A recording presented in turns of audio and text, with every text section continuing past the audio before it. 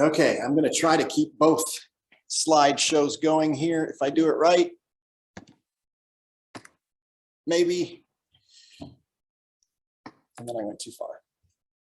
Okay, so we've been going through the Sermon on the Mount in our book, What If Jesus Was Serious?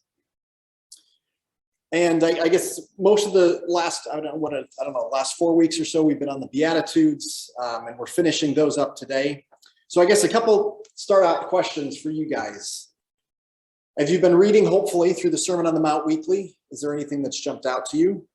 And then one of your assignments this week was to read from Isaiah 58. Did anybody do that? And any thoughts? And then last week, hopefully you were thinking about some of these items from last week. We talked about justice. We talked about not separating our relationship from God with our relationship with others, and our image imbalance. Any thoughts on any of those items that we discussed from last week? Yes, Ms. Barb? Your mindset, that really hit me last week, of how we're in charge of that. Mm-hmm. And that we really need to do a better job of starting our day off that way. I don't care if you can't find that shoe, or if lunch isn't made, or a certain young person doesn't want to get up. Sounds personal. Yeah, and then there's Mason too. But that regardless of what the day starts out, we are so blessed. I mean, first world problems and stuff, but that we need to make it active, that we start our day off with good thoughts, with prayer, with just saying, this is how my day's gonna go. And it's not always easy. Right. Yeah. Ms. Barb was talking about mindset and exactly how we get in the mindset each and every day to face the day appropriately. And that's difficult. It's amazing how when that alarm goes off, it seems like the first few thoughts, the frustrations, the busyness of the day flood in rather than thankfulness and peace, and all those things. It's amazing how quickly that happens. Before you get in the car, before you get to work, before you see people. I think Isaiah 58 for me, I don't know where to get these ideas flowing up and really bringing it on. But it's almost like we have God up there on the throne, and all God is interested in is our worship. And I'm talking about not us putting ourselves on the altar, like in Romans 12, but it's all about, all he wants is getting from me and getting from us. And he's just sitting there, and it's just like, bring on the worship, and if we don't do it right, then we're going to get zapped. And when you look at Isaiah 58, talking about justice, God is involved in our world. God has always been involved in our world. He's been involved in our lives. And so as his people, he wants us to be involved in people's lives. That's our worship to God. And that's what he says in Isaiah 58. Our worship to God is giving clothes to those that don't have clothes, feeding the hungry, taking care of those that that's right. Their needs and stuff. Yeah, so David was referring to the Isaiah 58 chapter where it really does talk about, you're fasting, but at the same time you're fasting, you're griping with each other, you're arguing, you're being, people. But what you just said about fasting, so who is fasting for? Right. Is it for God? Right. Or is it for us? It's for us. It's for us. Because when we fast, you fast so that you will take the time to think about me. Right. Yeah. There was no difference in their fasting other than other people could see it and praise them for it. And he's like, that's not what I want. What about the justice and the injustice? What about the people who are hungry and thirsty? Really interesting chapter in Isaiah 58 as it relates to, justice. And we did talk about that last week. Anything else?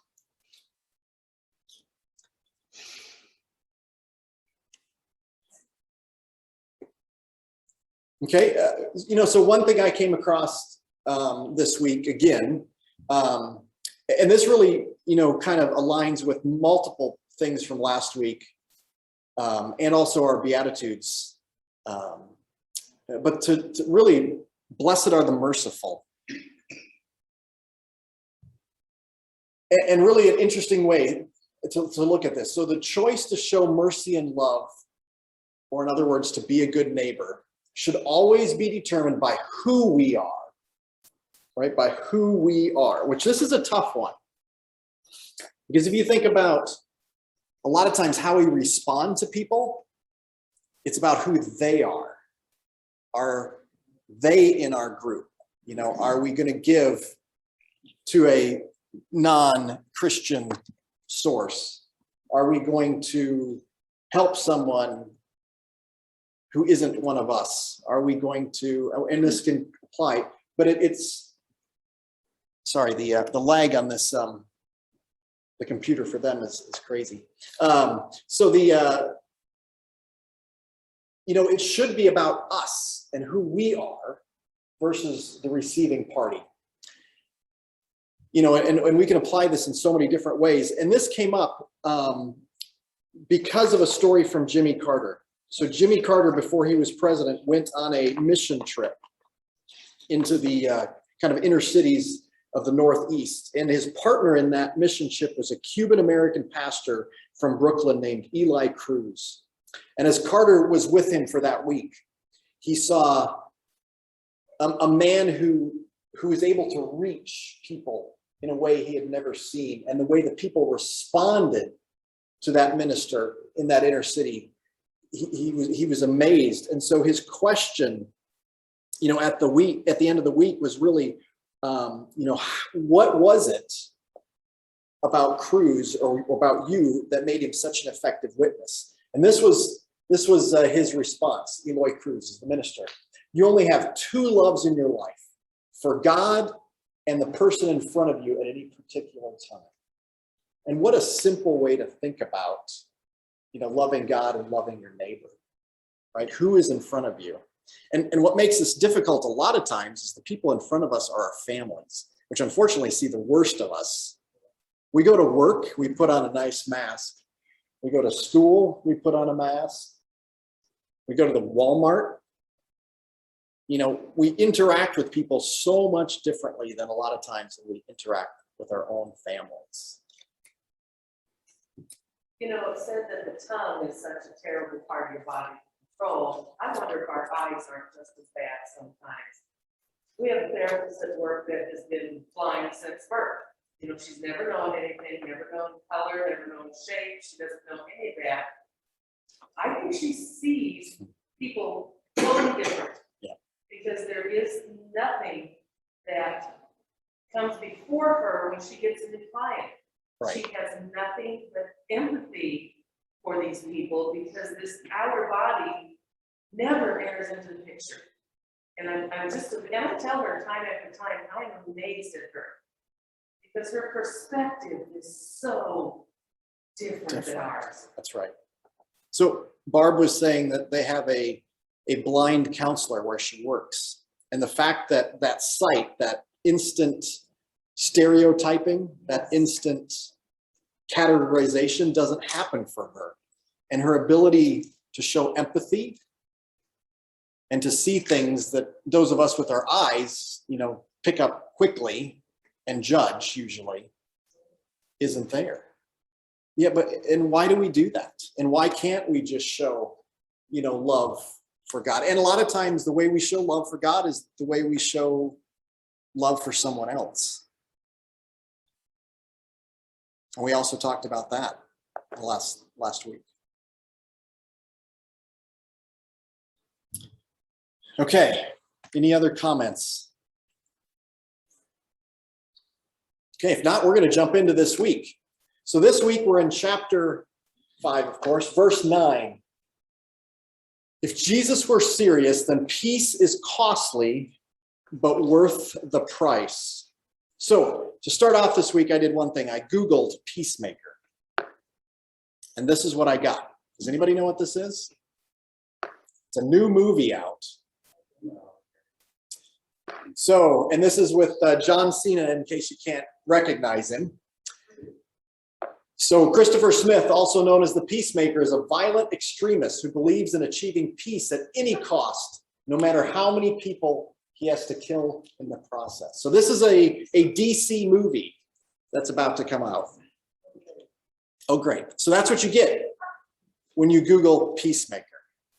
But really, how much different is that than we see peace at times? Terry sent me a post this week that talked about Christians and the way that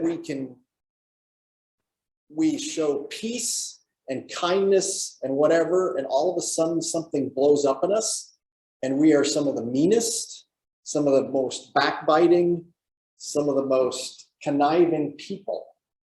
And it had some examples. So it's like we bottle up trying to manufacture this peace, and all of a sudden we can't, and it explodes. But when we look at an example like this, it just seems ridiculous, right? Is this what peacemaking is about? Seems ridiculous, right? We need to be more like the Frozen movie and Elsa, just let it go. And let it go. I mean, just blink that booger off your finger and let it go. Yeah. See, but you'll remember that, and I said that, and I spoke to her. That's right. That's right. Yeah, we either seem to equate peacemaking with timidity, or really this type of person, right? Forcing it. I mean, yeah, we're gonna make in this house, we're going to be friends, right? Have we heard something like that? Yeah, we're going to love each other. Yes, exactly. What does that mean when we say that? It means everybody put on your smiliest face, but it doesn't change anything else. And it's funny because we've all done this, been there, but it's not peacemaking. All you have to do is have a bunch of kids running around, and there's nothing like peacemaking. So peace fakers, I mean, maybe that's what we should be called instead of peacemakers, right? People who desire the appearance of serenity by suppressing any visible conflict, and who avoid the difficult and costly work of forging real reconciliation. That actually sounds pretty accurate. Have we been there? What causes us to avoid it? It's a great question. What causes us to avoid peacemaking? Reconciliation. Reconciliation. And we're just so strong, feeling that our side is absolutely right, possibly ever be wrong. Yes. And It's uncomfortable. It's hard. It's hard. And David, one time, he preached about peacekeepers as opposed to peacemakers. So like peacekeepers would be a peacemaker. Yes. I was a clean peacekeeper. I was one of those, this is the only something you're gonna have, you're gonna love each other. And they did eventually. And they did eventually. You're right. You're right. You're right. You take quite the right approach. Again, yes, there's times to make sure that, physically there's peace. But if that's all you address, it doesn't address the underlying issues. And that's what the Sermon on the Mount gets in so often. And we're going to talk about that over the next few weeks is, I told you not to murder, right? But the fact that you just didn't kill that person doesn't mean you weren't guilty of murder, because look at what's an inch deep. And that's what he's trying to say is what's, peel that first layer off, and what do you have? We can be in layers. There's many layers in ogres and parfaits and. For many of us looking in this room, we've been part of a church family, most of us, for all of our life. How many of our church gatherings are a keg of dynamite? Just waiting. Just waiting to explode. Well, yeah, like you were talking about Paul Joe, wear these masks. And so we come in here and we're all, Yep. but yet there's not real peace, but peace, to be a peacemaker, there's got to be conflict. You know what I mean? And the conflict may not necessarily be, it could be with other people, but also with God. I mean, if I got a problem with you, I got a problem with God in my relationship. It's talking about reconciliation. And so if I don't want to come to you in love and with the truth and speaking the truth in love, which we're going to talk about today in the sermon, so I won't get into all that. But it's about reconciling. If it's just the kind of clothes you wear, so what? But if it's a spiritual issue that jeopardizes your soul, then I will love you enough that I'm going to get uncomfortable and say, hey, Aaron, bro, we need to sit and talk here a little bit with the word, and again, not just drive at you, but really just, and again, like Barb was talking about with the lady that is blind with her eyes, but she's seeing with her ears and her heart. Right. We need to listen to one another, and it's about walking with one another, helping one another, instead of trying to get my way. Absolutely. Yeah. All men desire peace, but very few desire those things that make for peace. Yeah, we want peace in our lives, but it's that work to get there is really difficult. Has anybody actually have a good example of a time when they went out of their way to get reconciliation? And it's amazing. We don't all shoot up with our hands, right? This is something that we're not very good at. We are not very good at it. So does anybody have a good example?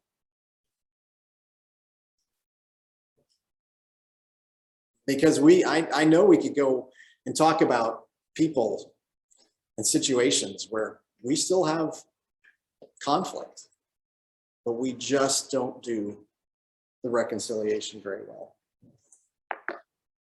And so why does interesting, peacemakers are what's called sons of God. Did I remember that right? Yes, blessed are the peacemakers, for they will be called the sons of God. Right? And that makes it, what does that really mean? If God is truly a peacemaker and we are his children, we should be those same peacemakers. But rarely is that what we're doing. Is peacemaking, is forgiveness part of being a peacemaker, or is it a whole separate entity of its own? So question from Barb, is forgiveness a part of peacemaking, or is it something separate?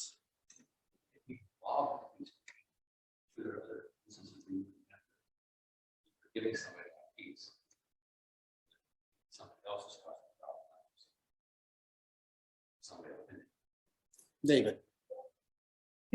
So being a peacemaker makes us children of God. How? Why does it make us a child of God? Because God is all about reconciling people to himself. And so that's what peacemaking really is. It's about reconciling people to God. And that's what makes us a child of God. In the Bible, Ephesians 5:1 says, be imitators of God in everything you do. Mm-hmm. So when you think about forgiveness, that's about reconciling people to God, but also reconciling ourselves to God. Because if we can't forgive someone else, well, how in the world why should God forgive us? Because we all sin. We all do things that are dumb, wrong. Yeah. So David was saying that if peacemaking is about reconciliation to God, that's really the tie into forgiveness, the way Christ has forgiven us. And again, Peacemaking for him was not without cost, without pain and suffering. I mean, that is how he reached us, was through that pain and suffering on the cross. That was his way, one of his ways of being a peacemaker. I was sitting there thinking, and I was like, David just preached on this. Peace comes from God. It's not a matter of me working for peace. God gives me the peace when I rely on him. Yes. And I was looking back at my notes from your sermon, and you said, well, Isaiah 9:6 says Jesus is the Prince of Peace. So that's why we are sons of God, because Jesus is the Son of God, and he's the Prince of Peace. So we have peace. And then peace is not the absence of trouble, but the presence of God. Yes. So I think that was. Yeah. No, I think it, and you came back to the point is a lot of times the peace that we have as Christians is a forced, kind of a fake peace and not the deep peace. But yeah, if Jesus is the peacemaker, then we, through him, can be considered that as sons of God as well. He talks on this. But you can't forgive somebody unless you truly are a disciple of Jesus. Which, unless we're getting up every day, crucifying ourselves, like Jesus said, you got to do it. Then we're not going to be able to manufacture forgiveness. I'm not going to be able to do that. Oh yeah, Aaron, I forgive you, but like we talked about a while ago with kids. Oh well, we're going to do like this in our house. You know what I mean? I can remember my mom saying, "Okay, kiss your sister." That's right. Well, you know what? I had to kiss my sister, but I'm going to tell you, in my heart, no, I didn't kiss my sister. And I think so. Unless we truly are looking at the big picture of being a disciple of Jesus, we're not going to be a big peacemaker. We're not going to be able to. That's right. Any of that stuff. I mean, all of it works together. I think so many times we pick up little things and then we go, "Oh, I got to do this." And I think that's the danger a lot of times of the Bible lesson or a sermon. Oh, well, I'm going to work on that. But you can't exclude that from the whole picture. Yeah, absolutely. Absolutely. So one of the things that I thought was interesting as I was doing some research this week is I found that there is a museum of broken relationships. This is an actual physical museum that you can go to. Now, most of this museum is about love, which you would expect, broken relationships, but not all of it. But we've got two pictures here. One is a wedding dress in a jar. Wedding never happened. She stuffed it in a jar. That was her answer to the relationship that was broken, and eventually made it into the museum. The other one is a love letter and broken glass. But it listed so many of the different things. And as you read through those, it was heartbreaking, but it was also very, very little about reconciliation, right? It was about the negative of a broken relationship. But amazing that we have a museum. The fact that we have a museum means that it's happening for everyone, right?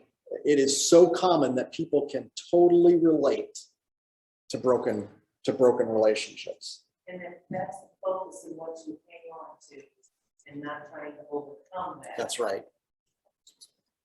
That's right. One interesting one was, it was a toaster. She said in the breakup, it was fast, it was mean. All she grabbed was the toaster because she knew he liked toast in the morning. That's what she left with. But broken relationships. So what relationship or difficult circumstances are you avoiding for the sake of peace? Right? For the sake of peace, we're avoiding something. We're avoiding that reconciliation. How do we go about searching out that? And why, even maybe more difficult, why do we have so much conflict in the church? if unity and peacemaking were so important to Jesus. And I know we get so caught up on the externals, and that seems to be where we get into a lot of our conflicts. Maybe that's not the underlying reason, but we use that.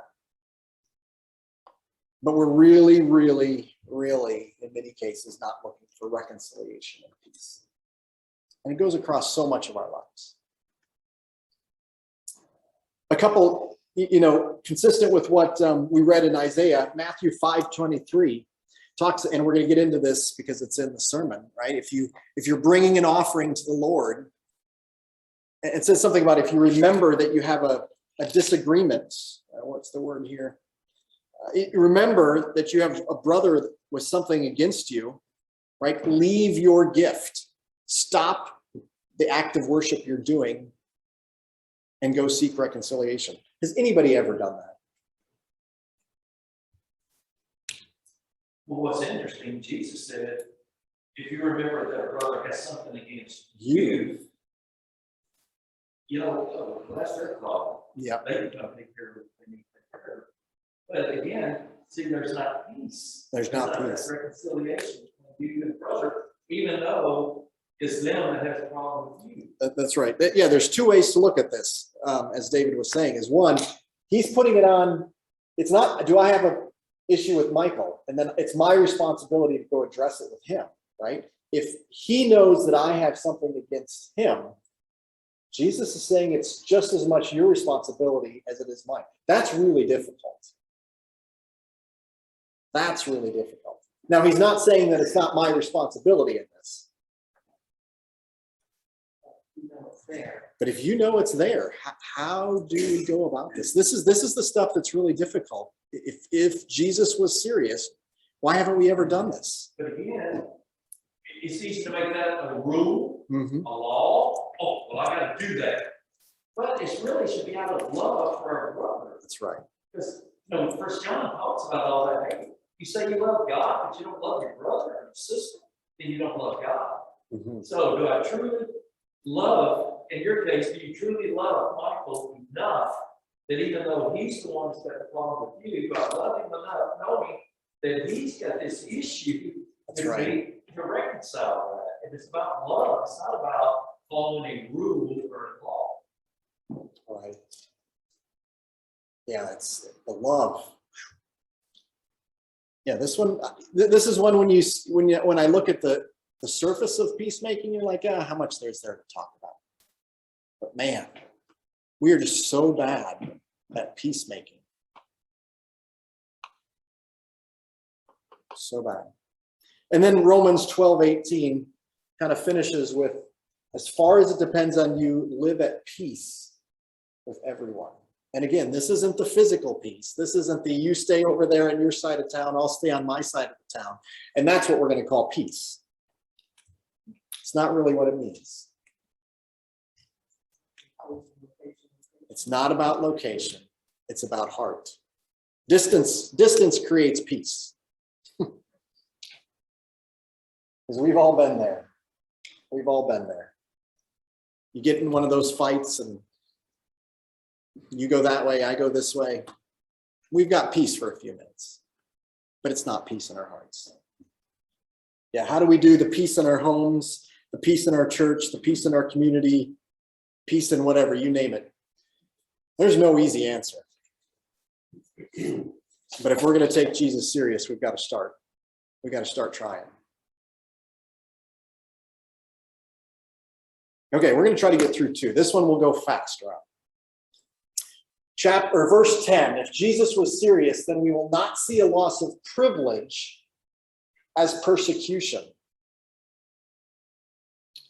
And verse 10 of Matthew 5 gets into, blessed are those who are persecuted because of righteousness, for theirs is the kingdom of heaven. And then it goes about, blessed are you when people insult you and persecute you and falsely accuse you of things. But a lot of what we see, I think, in American Christianity is not persecution, but it's a loss of privilege. I think that's really difficult. It's very difficult. And some of this comes from Martin Luther. And Skye dives into this a little bit in his book. But Martin Luther, in his writings, listed suffering as an identifying mark of the church and as a Christian. And somehow we've taken that as a badge of honor. Somehow, one of my ways to really show that I'm a Christian is I can point out to the way people have persecuted. And I don't know if that's really what Jesus was meaning when he said this, because, it goes, blessed are those who are persecuted because of righteousness. A lot of times why we're being persecuted is not because of our righteousness or our justice. It's because of our hypocrisy. It's because of our other items, the way we treat people. Our legalism, right? That's a lot of times why we're being persecuted, or so to speak. But yeah, American Christianity, I would say, is not often, I won't say always, but it's about a loss of privilege. So, does that mean that the removing of the 10 Commandments from the public square, or the removing of Christian prayer from schools, or being made fun of on Saturday Night Live, or being asked to wear a mask in public? Does this make it persecution? But it's a lot of what we're yelling about in these days. Is this persecution in America? It's our perception. It's our perception. Yeah, it's really interesting when you look at the statistics of persecution around the world. Europe and America are either declining or growing at the slowest rate of Christianity in the world. When you look at true persecution where people are being killed, it's in the Middle East and it's in Africa and maybe a little part of Asia. But statistically, that part of the world is growing the most in people who are following Jesus. That's a really interesting crosshair.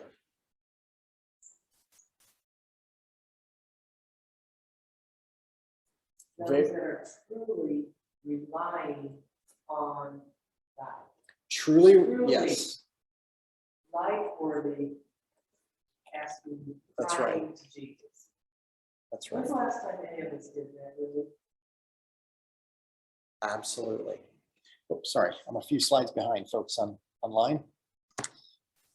Yeah, in the 1900s, Europe had more Christians than everywhere else in the world combined. Now, it's Africa, it's Latin America, and by 2050, it'll be Asia. And not only will it be more than Europe, but it'll be more than Europe, basically Western culture, because of the growth in Christianity in those areas. So we basically send ministries to America and to Europe, because That's right. we're falling behind. That's right. But some of these places are the places that are seeing the real persecution, where they are risked their lives. And I've had so many, living overseas and having so many Chinese folks that have come over that I've gotten to know and giving them tours. They're amazed at the churches when you walk around or when you drive around. Wow, there are so many churches here, so many churches here, so many churches here. What is it? It's one of the most common questions that I've gotten as I've driven people around, is they just can't fathom that. But for them, the churches are mostly in the Chinese world, to a certain degree, underground. They're not hidden like they once were, but they're not mainstream. But they're fascinated with this discussion of Christianity and ask so many questions. We boxed God into a building. We have. That if you don't go to a building, you don't survive. That's right. And we've done that in America. I mean, Saddleback Church, what's his name? Rick Warren. He was in an interview in mid to late 2020s, and the question was, you haven't been able to do church because of COVID and your church shut down. How has that impacted you? And his response is, we've done more church this year than ever. We've gotten out in the community giving people food. We've gotten out in the community, and he listed all these things. He's like, it has nothing to do with being in the building. He's like, the fact that we got out of our church has actually helped us to reach as many, if not more people. He's like, and you're right, we sometimes box got into the building. And he's like, yeah, COVID didn't stop our ministries. It changed them. That's right. It changed our ministries. But he's like, this has not been a bad thing for us reaching out. We have done as much, if not more, than we ever have. And what a different perspective. So often, we just box in. So yeah, if Jesus was serious, then we will not see a loss of privilege as persecution, but we will also remember that true persecution only comes out of righteousness, right? When we're seeking first the kingdom of God, if the persecution is not coming from there, it's also not real persecution. Interesting stuff. So hopefully if you've got a book, keeping up, we'll probably do, 1 to 3 a week. And this week really is the end of the Beatitudes. So we're going into the next section next week about salt and light and so many other items. So start reading that with more focus. But this is a good discussion. So thanks for being here today. Thanks, guys.